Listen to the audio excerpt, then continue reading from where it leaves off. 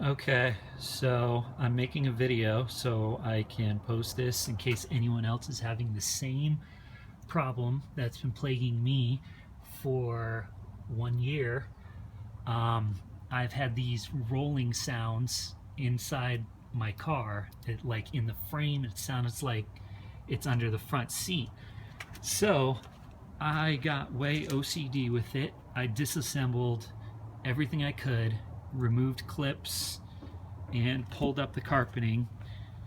As you can see, removed the seats, and I found this little bastard rolling around between the heater vent and the frame of the car.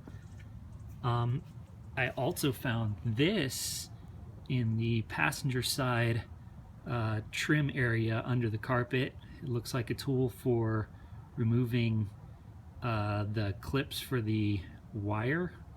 I could be wrong, but it's definitely a tool. So this has been sliding back and forth, and this has just been rolling around, producing a sound exactly like I imagined.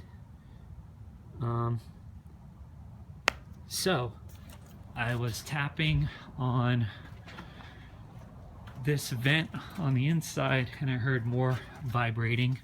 So I decided I'm going to probe around in there, and whatever I discover, I'll post live. Here goes. Let me try to set up this thing so we can see it.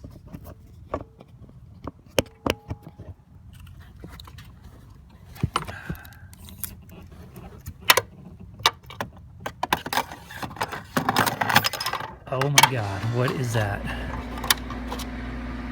Ah! Oh Jesus.